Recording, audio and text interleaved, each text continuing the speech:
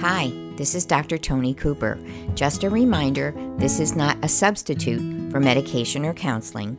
If you're having thoughts of harming yourself or another person, or if this material triggers you, please contact your doctor or a mental health specialist to discuss your concerns. You can find my audio books, self-help books, and devotional books on Amazon. My videos are on YouTube, and you can listen to my podcast, Life Without Baggage, on your favorite platform. Now here's today's video. This is part 1 of a series on body, soul, and spirit. I think the better we understand these dimensions of our being, the more effectively we can cope and grow as people. So this video focuses more on the impulses and a little bit on insight into addictions and unwanted behavior. So the body, soul, and spirit, we're a unified being, and each of these dimensions affects the others. This is pretty common knowledge in this day and age. So what do we need to know about that? So I think it's useful if we want to develop insight into our behavior, especially behavior we don't like. So this would be like overeating, drinking to excess, things like that, although it's not just limited to physical urges. But if we want to look at how to develop insight into our behavior, we are born with some biological tendencies. Certain kinds of diseases run in families, and certain kind of tendencies run in families. Maybe depression, anxiety, OCD, things like that. And so we do inherit some of our tendencies that cause us difficulty. Also, we're born with a personality style. Some people are more adventurous, some people are more cautious, some are more extroverted, and others are introverts. So we do seem to be born with a certain personality style, and our experiences influence how balanced that style is. I also think it's very important, of course, as a psychologist, to understand that our past experiences influence how we look at ourselves, how we look at life, even what tendencies we have trouble with.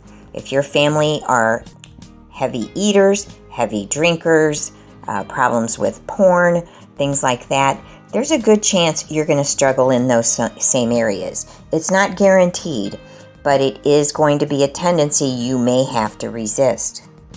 So now let's look at when life is happening now, what goes on an automatic level that might be useful to understand.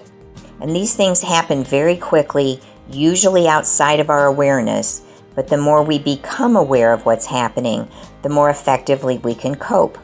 So automatically, whatever our mental judgments are about ourselves, about other people, that automatically is going to spring up. So if we have mostly positive views of ourselves and other people, that's going to make some things easier than others.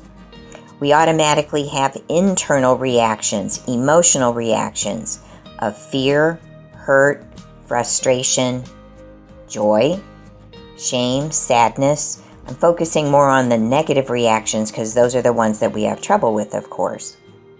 And then as a human being, we also have physical reactions to intense things going on around us. Our physical reactions will show in our face, they'll show in our body, they'll show in our posture, and other people may pick it up whether you do or not. So you might want to be aware of feedback you're getting from other people about your physical reactions.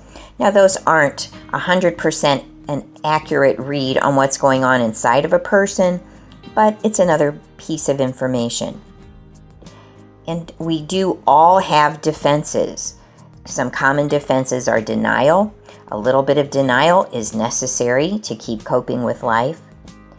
Avoidance is another defense. And that one, if you use a lot of avoidance, it kind of sets you up for crisis later. Rationalization is a common one. We make excuses for things we do.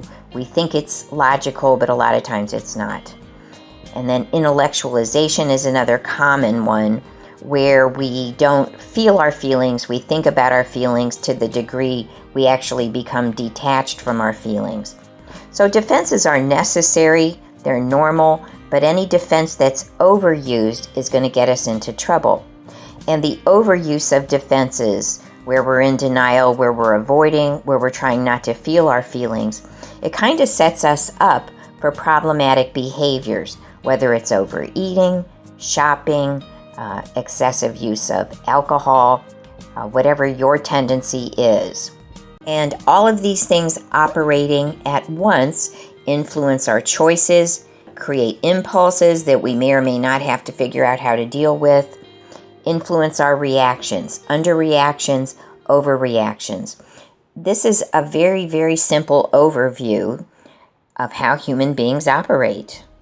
So now I'm going to teach you a very simple technique of how to understand yourself better and also begin to manage any impulses, any problematic emotions. So what I encourage people to do is use a journal to track daily, if possible, 4 different areas: depression, anxiety, stress, irritability or resentment, and guilt. And I encourage people to rate themselves 1 to 10 for that day. And I like to use 1 as the lowest. I don't use any zeros. And 10 as the worst. So I encourage people, make a note in your journal for each day, rating yourself, how you're feeling, 1 to 10 on each of those categories. And then write a few sentences about what you are thinking about or what you're reacting to that's creating maybe one of the higher areas of depression, which is like sadness, or the stress, or resentment and irritability and guilt. And as you begin to understand yourself better, I encourage people, try to journal before you give in to whatever impulse or behavior you're trying to resist, whether it's overeating or shopping or any of the other things that people try to change. So that's the end of this video on developing insight. I always like to close with a prayer, so will you permit me to pray for us? So Lord, you know us better than we know ourselves, and you still love us. So I ask you to give each of us greater wisdom and understanding of what is operating in our hearts so that we can love you and other people and ourselves better. In Jesus' name we pray, amen.